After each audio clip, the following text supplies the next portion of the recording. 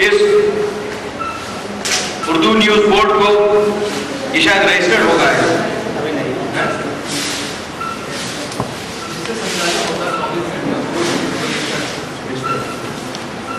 तो इस संस्था को मैं अपने संसदीय विकास कोष में से 25,000 रुपए देने का घोषणा करता हूं।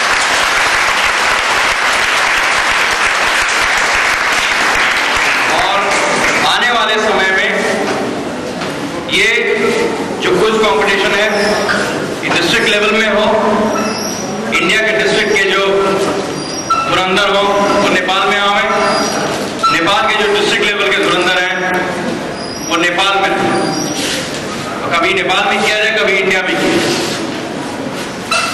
इसका केंद्र और भी ऊंचे, आज कृष्णानगर है, कल तो अलीवा होगा, परसों बुटवल होगा, नरसों हम लोग काठमांडू में धाव होंगे।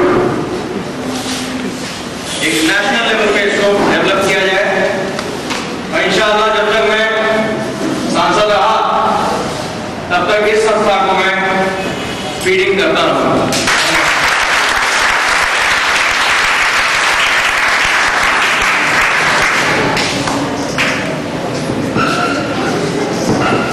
जैसा कि पहले ही मैंने अपने संबोधन में कहा था कि माननीय अभिषेक प्रताप सिंह जो है एक आदर्शों की राजनीति करते हैं, मूल्यों की राजनीति करते हैं। उनके पास देश और समाज के लिए देने के लिए एक विजन है, एक सोच है, और उनके उद्बोधन से ये बात स्पष्ट हो गई कि विकास की प्रक्रिया कहाँ से शुरू होती है। सबसे पहला प्रयास उन्होंने विद्यालय में किया और एजुकेशन के इम्प्रूवमेंट के लिए काम किया।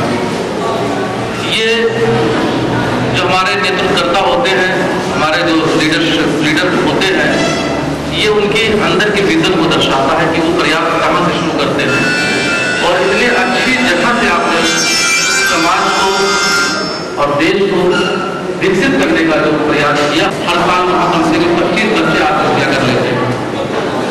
तो ये एजुकेशन अगर आपके पास रहेगा और विभिन्न परिस्थितियों में अगेंस्ट सर्कमस्टांसेस बोलने की क्षमता हमें सलाहियत होगी, तो आप तमाम संघर्षों को पार करते हुए जो है एक सफलता को हासिल आप कर लेंगे।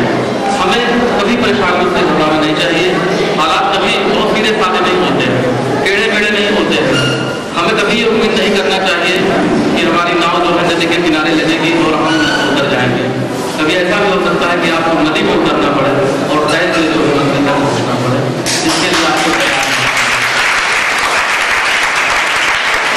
उसके बाद पुरस्कार वितरण का कार्यक्रम शुरू है। मदनी सर है, उनके विचारों को आप बहुत ही गंभीरता से सुनिए। आप धर्मगुरु हैं, लीडर धर्मगुरु को पूरे समाज को रास्ता दिखाता है। तमाम मजहब के मानने वाले, डिफरेंट कम्युनिटीज के मानने वाले, डिफरेंट रिलीजन के मानने वाले जब कभी अपनी जिंदगी से उठ जाते हैं, जब कभी उन्हें तमाम परेशानियां आती है जिंदगी में, तो ऐसे वक्त में जो मार्गदर्शन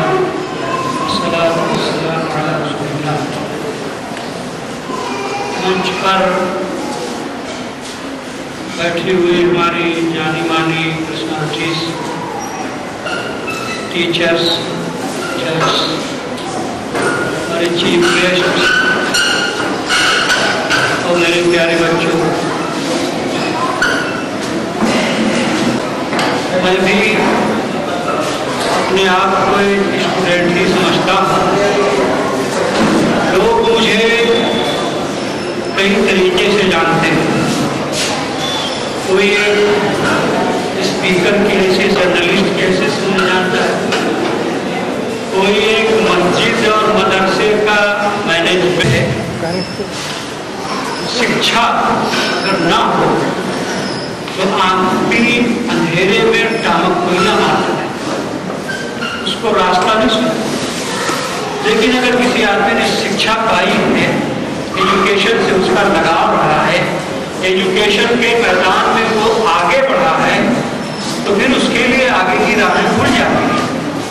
मेरे बच्चों, बच्चियों, अभी मुझे काठमांडू में UNDP, United Nation Development Programme की तरफ से इन्विटेशन मिला। उसकी डायरेक्टर डॉक्टर शकुंतला, मैंने सोचा ये कहाँ की है, पता चला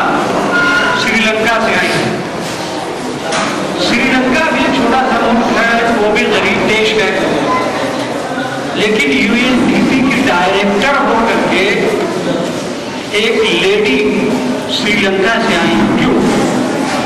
इसलिए कि वो डॉक्टर हैं, पीएचडी सर्टिफिकेट होल्डर हैं, डॉक्टर ऑफ फिलॉसफी, अच्छी एजुकेशन पाई है।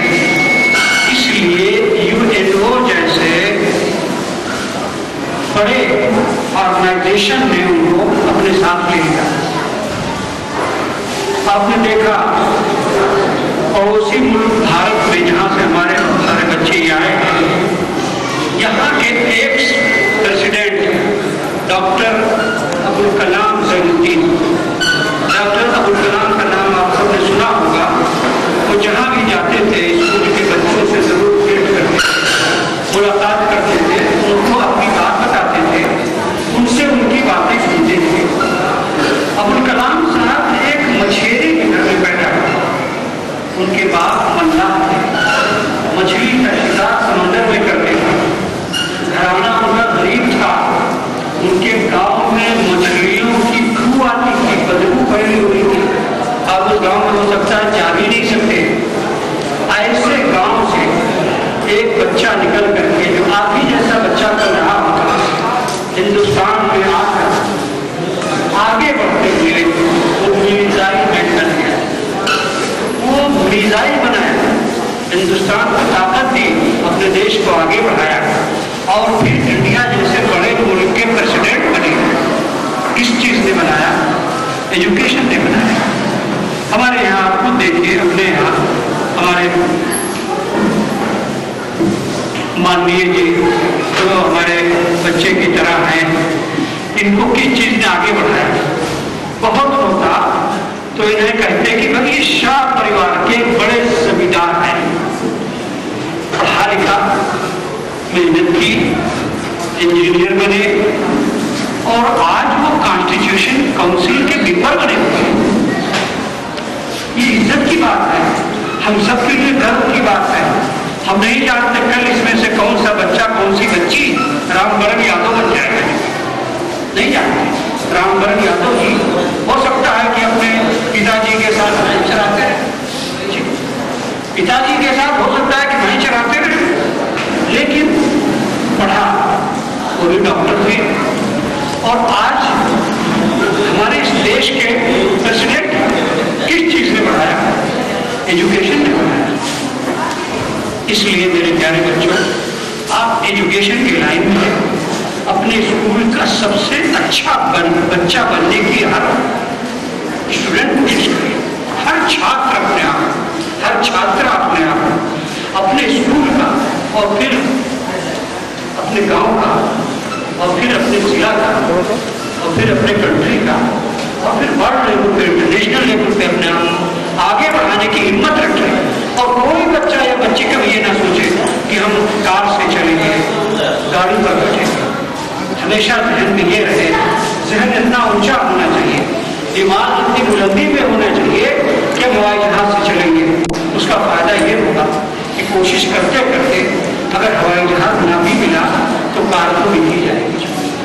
इसलिए मेरे बच्चों,